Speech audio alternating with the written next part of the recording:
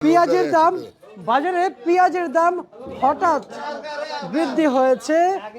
মার্কেটে পেঁয়াজের আমদানি স্বাভাবিক থাকায় এবং প্রিয় দর্শক বর্তমান মার্কেটে চাহিদা রয়েছে, এতেই বাজার শুল্ক বৃদ্ধি হয়েছে। কৃষকের মুখে আবারও হাসি ফুটবে।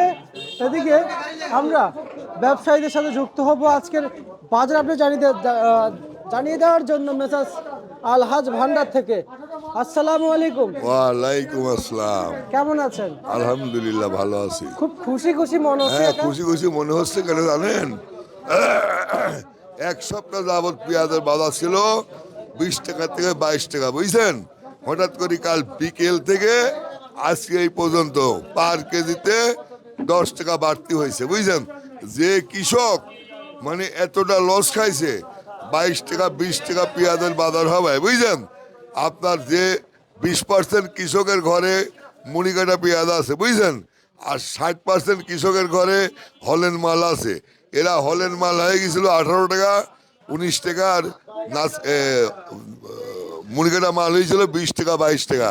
সেই পেঁয়াজ গতকালকেও বেচছি আমরা 24 টাকা 26 টাকা, আর সেই পেঁয়াজ বেচলাম 36 টাকার থেকে 33 টাকা পর্যন্ত, বুঝছেন?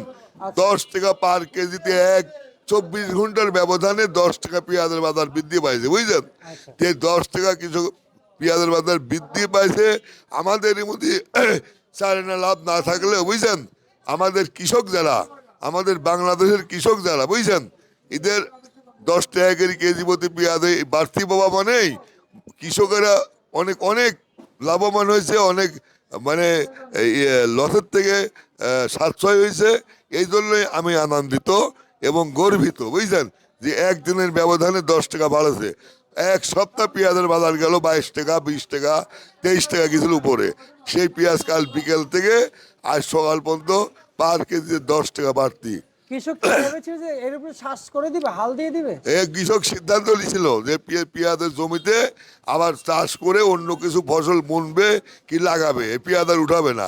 22 টাকা কেজি পেঁয়াজ বেচলে, বুঝলেন, পেঁয়াজ উঠানোর দাম, পেঁয়াজ কাটার দাম, পেঁয়াজের বস্তা, পেঁয়াজের ভাড়া দিলে আর কিছুই থাকে না, বুঝলেন?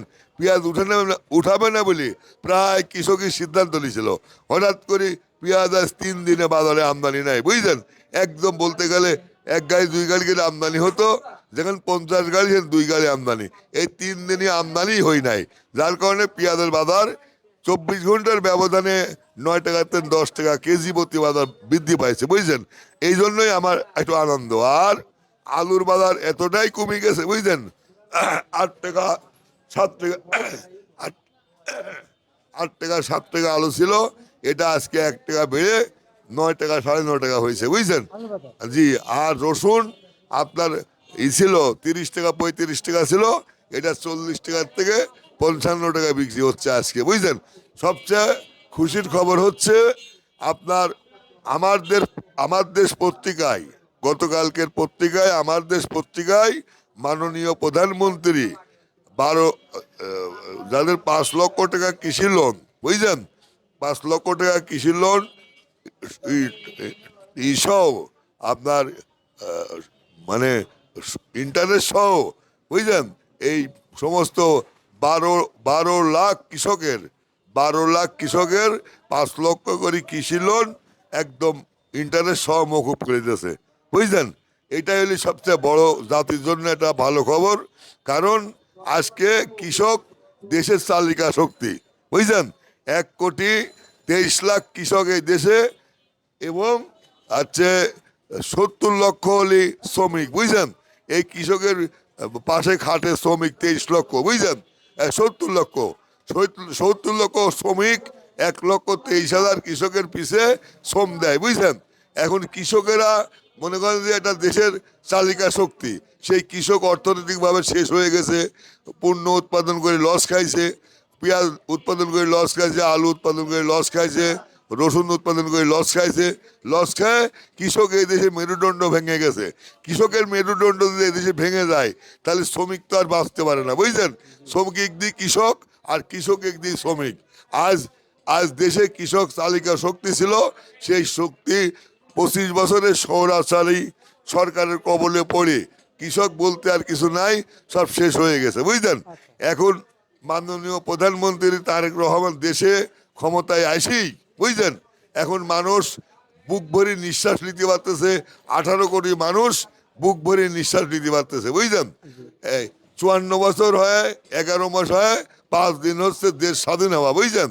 এর মধ্যে কৃষক বুক ভরে নিঃশ্বাস নিতে পারছিল না, অনেকটা দোমাট থাকার মতো, কথা বলতে পারতো না কোনো ক্ষেত্রে।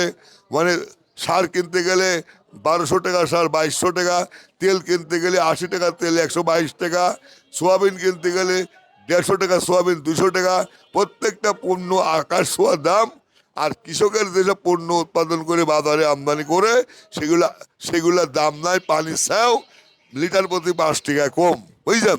তাই আজ মানে আমি মাননীয় প্রধানমন্ত্রী বলবো যে অতীতে যত সরকার আসছে তার মধ্যে 25 বছরই সৌরাচারী সরকার এই দেশে ছিল, কৃষকের গলায় পা তুলি দিয়ে এই দেশের টাকা নিয়ে বিদেশে বাড়িঘর করছে। একমাত্র শহীদ রাষ্ট্রপতি ছিল, উনি এই দেশে কৃষি বিপ্লব ঘটাতে চেয়েছিল, কৃষি রাজনৈতিক কারণে উনার জীবন দিতে হয়েছে বুঝছেন। এবং তারপরে মাননীয় খালেদা জিয়া প্রধানমন্ত্রী কৃষি বিপ্লব ঘটাতে চেয়েছিল, রাজনৈতিক প্রতিহিংসার কারণে জীবন দিতে হয়েছে বুঝলেন।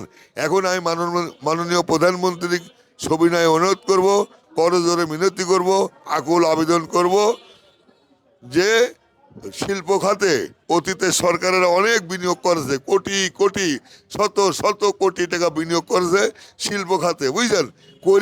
সব শিল্প খাতে লগ্ন হয়ে গেছে, দেউলিয়া হয়ে গেছে। দেশের হাজার কোটি টাকা ওই শিল্প কারখানারা মেরে দিয়েছে। তাই মাননীয় প্রধানমন্ত্রীকে অনুরোধ করব যে শিল্প খাতে কম বিনিয়োগ করেন, কৃষি খাতে বেশি বিনিয়োগ করে কৃষি বিপ্লব ঘটান। আমার দেশে কৃষি বিপ্লব ঘটানোর মতো পরিবেশ আছে, পৃথিবীর মধ্যে উন্নত মানের মাটি, উন্নত মানের জায়গা বুঝলেন। এই দেশে কৃষি বিপ্লব ঘটা, অন্তত এই দেশে প্রায় 200 রকমের কাঁচা পণ্য উৎপাদন হয়। এই যাবতীয় 200 রকমের কাঁচা পণ্য এই দেশে উৎপাদন করে এই দেশের চাহিদা মিটা, বহির্বিশ্বে রপ্তানি করে আপনার মুখ বহির্বিশ্বে উজ্জ্বল হোক এবং এই দেশে কৃষকেরা ন্যায্য মূল্য পাক। তাহলে এই দেশের কৃষকের উন্নতি হবে। এই দেশের কৃষকের উন্নতি হলে কৃষকের ছেলেপেলে লেখাপড়া শিখবে, কৃষকের ছেলেপেলে ইঞ্জিনিয়ার হবে, ডাক্তার হবে, বহির্বিশ্বে ছেলেপেলে যায় কর্ম করে এই দেশে ডলার নিয়ে আসবে, এই দেশের উন্নতি হবে। আচ্ছা আচ্ছা আচ্ছা। আর যে মূল্য তালিকা বলেছেন এটা কি আজকের জন্য বলেছেন? ওই বাজার, এই বাজার আর আপাতত যে আজকে বাজারটা এই যে 30 টাকা থেকে 36 টাকা বিক্রি হচ্ছে, এই বাজারটা মনে আর পড়বে না বুঝলেন। এই বাজারটা পুরা রোজা থাকবে বুঝলেন। আমি আশা করছি, আমার যেটুকু জ্ঞান আছে সেই জ্ঞানের আলো বলতেছি। আমি যেটুকু পেঁয়াজ সম্পর্কে আমার আইডিয়া আছে, আমি দীর্ঘদিন বণিক সমিতির প্রচার সম্পাদক ছিলাম, মালিক সমিতির প্রচার সম্পাদক ছিলাম বুঝলেন। এবং আমি ইতিমধ্যে 8টা ডিস্ট্রিক্ট, 54টা থানা, 91টা ইউনিয়ন পরিদর্শন করে আসছি। পেঁয়াজ যেগুলো এখন আজকে যে বাজারটা হয়েছে 30 টাকা থেকে 36 টাকা, এটা মনে হয় থাকবে, 2-1 মাস থাকবে। বুঝতে পারছি, ঠিক আছে, আপনাকে অসংখ্য ধন্যবাদ। এই ছিল আজকে সর্বশেষ বাজার তালিকা।